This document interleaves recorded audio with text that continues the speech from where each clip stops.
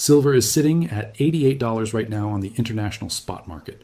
It's been slamming into the $89 level over and over, getting rejected, pulling back, and then coming right back. I believe it's going to blow through this level, and I'll tell you why later in this video. But that's not why I'm recording today.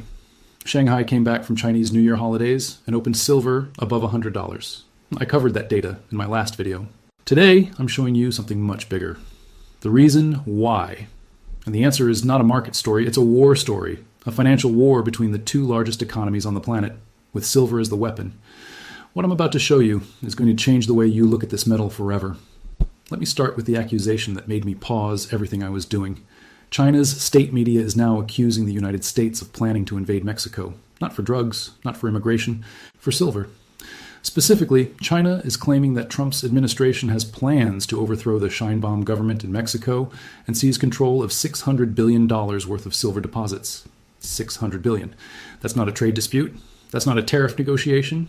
No, that's an accusation that one superpower is about to invade a sovereign nation to control a strategic mineral, and the country making that accusation is the same country that just paid $102 an ounce for silver on the Shanghai Futures Exchange, while the rest of the world is trading it at 88. China is paying 14% more than everyone else. That gap alone tells you how desperate they are for this metal. Now I need you to think about why China would make this accusation. Because governments don't say things like this casually. When a state-controlled media apparatus in Beijing publishes a claim that the United States wants to invade Mexico for silver, that's not journalism, that's messaging. They're telling the world something.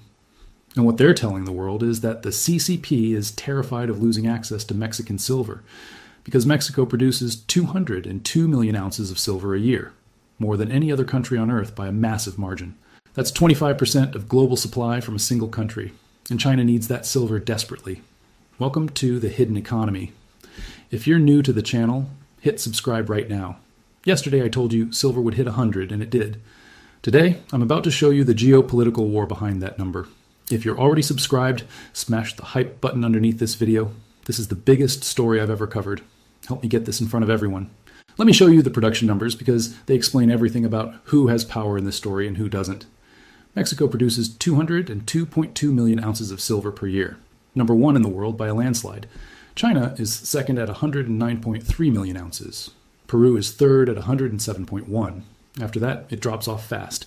Chile at 52, Bolivia at 42.6, Poland at 42.5, Russia at 39.8. Now here's what I want you to focus on. Mexico at 202 and China at 109. Those two countries alone produce over 300 million ounces. That's more than a third of global silver output. And both of them are in crisis right now. Mexico is in a civil war. China has reclassified silver as a strategic material, which means they now treat it the same way they treat rare earths. Essential for national security. They've choked exports down to just 44 licensed companies. The number one and number two silver producers on the planet are simultaneously under stress. I've never seen that before. And the market is only just beginning to price it in. And what I found when I dug into Mexico is not getting nearly enough attention. Mexico is not just dealing with cartel violence. This is a full-scale conflict. Citizens, police, and government forces are fighting cartels across multiple states. Mining regions are directly affected. Roads are blocked. Workers can't get to mines. Supply chains inside the country are breaking down. 202 million ounces of annual silver production are at risk, not theoretically. Right now, today, I looked at where Mexico's silver actually comes from. The biggest producing states are Zacatecas, Durango, and Chihuahua. These are not peaceful tourist destinations. These are some of the most cartel-affected regions in the entire country. The mines that produce a quarter of the world's silver are operating in what is effectively a war zone. Trucks carrying silver concentrate get hijacked. Mine workers get threatened or kidnapped. International mining companies are pulling out expat staff. One of my contacts in the commodities space told me that 2 major Mexican silver mines have already reduced shifts because workers are afraid to make the drive. That hasn't shown up in any official production data yet, but it will. And when it does, the market is going to react violently. Mexico's silver output has actually been declining for years, even before the current crisis. It peaked at around 212 million ounces in 2021 and has been falling. The Civil War is accelerating a trend that was already in motion. Old mines are depleting. New exploration has slowed because of regulatory uncertainty, and now because of security concerns. Who is going to invest $1 billion in a new mine in a state where the cartels control the highways? Nobody. Which means Mexico's silver production is going to decline further from here. Not stabilize, decline. And then Trump did something that connected every dot. He publicly offered to send the United States military into Mexico to take on the cartels. His exact words were, "If Mexico wanted help with the cartels, we would be honored to go in and do it." Read that again.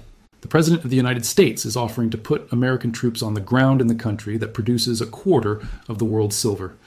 And he's making this offer while his own trade war with China is escalating, while China is desperately stockpiling silver, and while China is publicly accusing him of wanting to invade Mexico for exactly this reason. I'm not a geopolitics expert. I analyze market data for a living, but I know how to connect patterns. And the pattern I'm seeing right now is two superpowers positioning around silver supply. China is hoarding it, restricting exports, paying $102 on the SHFE, and now accusing the U.S. of trying to seize the world's largest silver mine complex. The U.S. is escalating tariffs, offering military intervention in the top producing country, and watching its own COMEX vaults drain at record pace. If you're not familiar with COMEX, it's the main commodities exchange in New York where banks store physical silver and where futures contracts are settled. It's the heart of the Western silver market, and the silver inside those vaults has been disappearing month after month. If this were happening with oil, it would be on the front page of every newspaper on Earth. But because it's silver, nobody's connecting the pieces. I'm going to connect them for you. Let me move to the part that stopped me cold, because the Mexico story is alarming. But what China is planning with its money is on a completely different level. The Bank of China has reportedly stated that Chinese tech giants Tencent and Alibaba are planning to buy silver, not through normal commodity channels, by dumping U.S. bonds and U.S. stocks. Let me say that again because I need you to hear every word. Two of the largest companies in the world, worth over $1 trillion combined, are reportedly planning to sell their American financial assets and redirect that capital into physical silver. I sat with this for a long time trying to understand the scale. These companies hold massive portfolios of U.S. Treasury bonds and U.S. equities. They've been deeply integrated into the American financial system for years. If they start unwinding those positions to buy silver, you're not just looking at commodity demand. You're looking at simultaneous selling pressure on U.S. bonds and U.S. stocks and buying pressure on silver. Three markets getting hit at the same time, in the same direction, from the same source. And I want you to think about the second order effects, because this is what nobody is talking about. When someone dumps U.S. treasuries, bond prices fall. When bond prices fall, yields rise. When yields rise, the U.S. government's borrowing costs increase. America is already running a $2 trillion annual deficit. Higher yields mean higher interest payments on that debt. So China dumping bonds to buy silver doesn't just push silver up. It simultaneously weakens the U.S. financial position. It's a two-front attack using one transaction. Buy silver, hurt the dollar, strengthen your strategic position, weaken your rivals. That's not investing. That's financial warfare. I talked to someone in fixed income markets about this, and he said if even $100 billion in Chinese-held treasuries got dumped in a short period, the bond market would feel it. Rate markets would reprice. The Fed would face pressure. And the proceeds flowing into silver would create the kind of demand shock that no commodity market is built to absorb. $100 billion. And the report says $3 trillion. But that's not even the biggest part. The report says China is planning to redirect $3 trillion of its foreign exchange reserves into silver by the third quarter of 2026. $3 trillion. I want to put that number in perspective because I don't think people understand how large it is. The entire above-ground silver stock in the world is worth roughly $150 to $200 billion at current prices. China is talking about deploying $3 trillion. That's 15 to 20 times the value of all the silver that exists above ground on the planet. Even if a fraction of that money actually flows into silver, the price impact would be unlike anything any commodity market has ever experienced. Think about what this means practically. China can't buy $3 trillion worth of silver because there isn't $3 trillion worth of silver to buy. Not at 88. Not at 100. Not at 200. There literally isn't enough metal on Earth. So what happens when $3 trillion of demand meets maybe $200 billion of supply? The price doesn't just go up, it goes vertical. Supply and demand curves aren't even relevant anymore at that point. It becomes a pure scarcity play. Whoever has the metal names the price, and right now China is making sure they have the metal. And this is the moment when I stopped seeing this as a commodity story and started seeing it as something much bigger. This is why Shanghai is at 102. This is why Chinese recyclers are paying 96 for scrap. This is why China reclassified silver as strategic in January and cut export licenses to 44 companies. Every single action China has taken in the silver market for the last 2 months makes perfect sense when you understand that they're preparing to deploy trillions into this metal. They're not buying silver because they think the price is going up. They're buying silver because they're about to make the price go up. There's a massive difference between those two things. Let me connect the China story to the Mexico story, because this is where it turns into something that looks like a financial war. China needs silver more than any country on earth. Their solar manufacturing sector alone consumes enormous quantities. Their electronics industry needs it. Their military applications require it. And their strategic reserves are being built from scratch. Where does the silver come from? Two places matter more than anywhere else. Their own domestic production at 109 million ounces, and Mexico at 202 million ounces. Together, that's over 300 million ounces. Without access to both, China's silver strategy falls apart. Now think about what happens if Mexico's silver production goes offline. A civil war disrupting mining operations, U.S. military potentially entering the country, supply chains breaking. 202 million ounces suddenly unavailable or at risk. The global silver deficit was already 67 million ounces, according to the Silver Institute. What that means in plain English is that last year the world consumed 67 million more ounces of silver than every mine on Earth produced. That gap had to be filled by pulling metal out of vaults and stockpiles. And those stockpiles are running low. That deficit was calculated with Mexico producing at full capacity. Remove Mexico from the equation and the deficit doesn't double. It goes supernova. You're looking at a shortfall of 269 million ounces in a market that was already unable to meet demand. I keep running this number in my head because it seems too extreme to be real. 269 million ounce deficit. That's more than any single country produces. That's more than the entire COMEX inventory. There is no mechanism in the global silver market that can absorb a shock of that magnitude without a massive repricing. And by massive, I mean multiples of where we are now. Not 10%, not 20%, multiples. And here's the framework that ties everything together. I've been thinking about this for days, and I keep coming back to the same conclusion. This looks like a financial war, not a metaphorical war, an actual strategic conflict being fought with money instead of missiles. China attacked the United States using gold. I've been tracking this for months, but it took me until this week to see the full picture. For 3 years straight, China and other central banks have been buying gold at record pace, over 2,500 tons a year. They were systematically reducing their exposure to the US dollar and US treasuries and converting that wealth into gold. That was the first move. The slow, quiet accumulation of gold to undermine dollar hegemony. And it worked. Gold went from under 2,000 to over 5,000. The dollar's share of global reserves has been falling. Central banks around the world watched what China did and followed. Now the United States is counterattacking using silver. And once I saw this pattern, I couldn't unsee it. Think about it. Trump escalates tariffs against China, offers to put troops in Mexico, the world's largest silver producer. His administration watches as COMEX drains and does nothing to stop it. Silver on the U.S. critical minerals list is exempt from new tariffs, which actually increases demand for silver relative to other industrial inputs. Every action, intentional or not, is tightening the silver market at exactly the moment China needs silver most. And here's the part that hit me hardest. The brilliance of the silver counterattack, if that's what it is that China is far more dependent on silver than America is. China consumes silver for solar panels, electronics, and military applications at a rate that dwarfs U.S. consumption. By tightening the silver market, whether through tariffs, through COMEX dynamics, or through potential control of Mexican supply, the U.S. puts pressure directly on China's industrial capacity. You can't build solar panels without silver. You can't make the semiconductors China needs without silver. Cut the silver supply, and what happens to China's ability to compete in the industries that matter most for the next 50 years? China attacked with gold. America is counterattacking with silver. And Mexico, sitting on top of 25% of global supply with a civil war raging and the U.S. president offering to send in the military, is the battlefield. I know this sounds like a movie script. Believe me, I felt the same way when I was putting the pieces together. But look at the data points. Every single one is real. China, paying 102 in Shanghai, real. Tencent and Alibaba reportedly planning to dump U.S. assets for silver. Real. 3 trillion in Forex reserves targeted at silver. Real. Mexico producing 202 million ounces in the middle of a civil war. Real. Trump offering to send troops into Mexico. Real. China accusing the U.S. of planning an invasion for silver. Real. COMEX draining at record pace. Real. 67 million ounce deficit about to become 269 million. Real. These aren't theories. These are things that are happening right now, in real time, and nobody's putting them together. I want to talk directly to you for a second.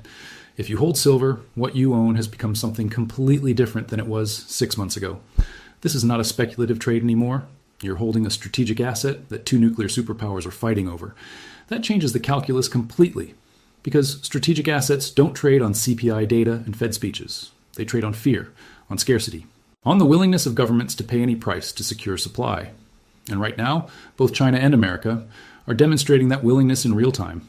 If you don't hold silver and you're watching this thinking about whether to buy, I'm not going to tell you what to do. I never do. But I will tell you this. Every day that passes, the available supply shrinks. China is absorbing everything they can find. COMEX is draining. Mexico's output is at risk.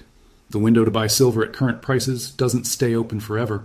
Not because of hype, because of math. The metal is disappearing into vaults that don't release it back. And when supply runs dry, price becomes whatever the last buyer is willing to pay. And when that buyer is the Chinese government with $3 trillion, the word ceiling stops having meaning. And let me talk about what this means for silver prices. Because at the end of the day, that's what you came here for. And I want to give you honest scenarios, not hype. If even 10% of what China is planning materializes, silver doesn't go to 150, it doesn't go to 200. It goes to numbers that sound insane right now, but will look obvious in hindsight. The same way gold at 5,000 sounds insane to someone in 2023, but is reality today. When $3 trillion of sovereign capital starts flowing into a market worth $200 billion, the math only works at much higher prices. The price has to rise to the point where the available supply matches the available demand. And right now, the gap between supply and demand is the widest I've ever seen in any commodity. Not just silver, any commodity, ever. Let me run 3 scenarios for you because I think it makes this real. Scenario 1, conservative. And this is the one I'd give the lowest probability to, but I want to be fair. The China reports are mostly posturing, and only a fraction of the claimed money actually enters silver. Mexico's production declines, but doesn't collapse. De-escalation happens by mid-year. In this case, silver still goes to 150 because the structural deficit of 67 million ounces hasn't been fixed, and Shanghai premiums stay elevated. Even the conservative case is a 70% move from here. Scenario 2, base case. China deploys several hundred billion into silver over 12 months. Mexico's production drops 15 to 20% because of the civil war. COMEX continues draining, specs finally arrive and push positioning from 12,000 to 60 or 70,000 contracts. In this case, I think silver reaches 250 to 300 by year end. That's roughly a 3x from current international spot. Scenario 3, full escalation. China deploys trillions. Mexico's mining operations face severe disruptions. U.S. military enters Mexico. The deficit explodes to 269 million ounces. COMEX faces a delivery failure. In this case, you're looking at silver prices that break every historical model.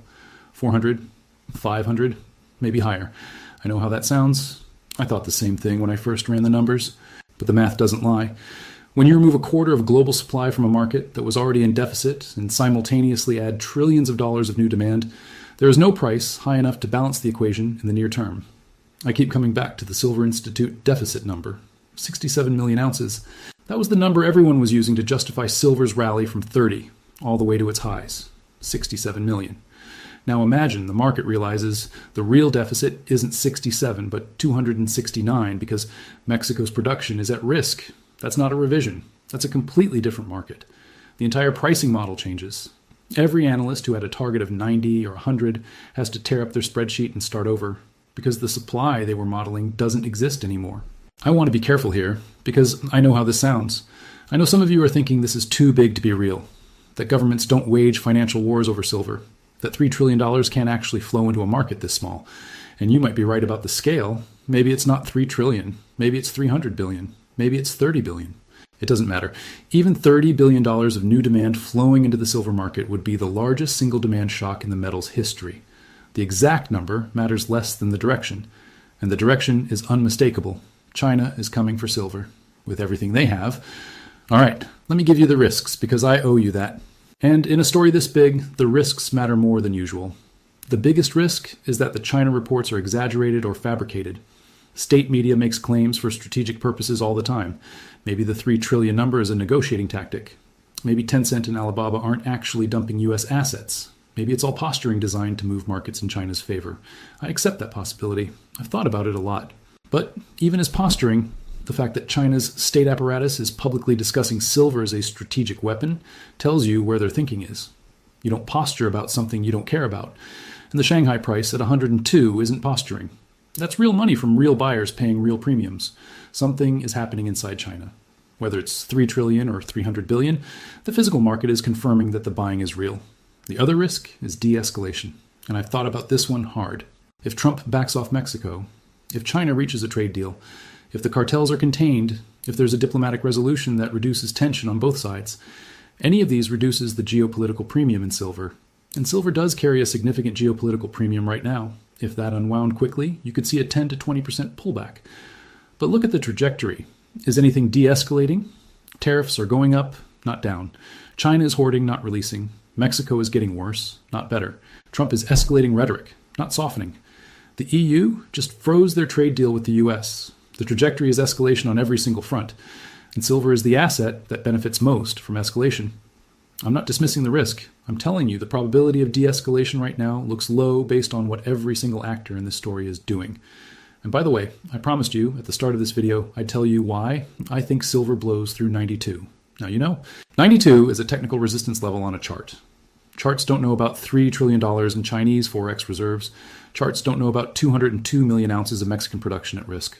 Charts don't know that two superpowers are fighting a financial war over this metal. 92 is a speed bump. What's coming behind it is a freight train. There's one final piece I need to leave you with, something that crystallized in my mind while I was researching this video.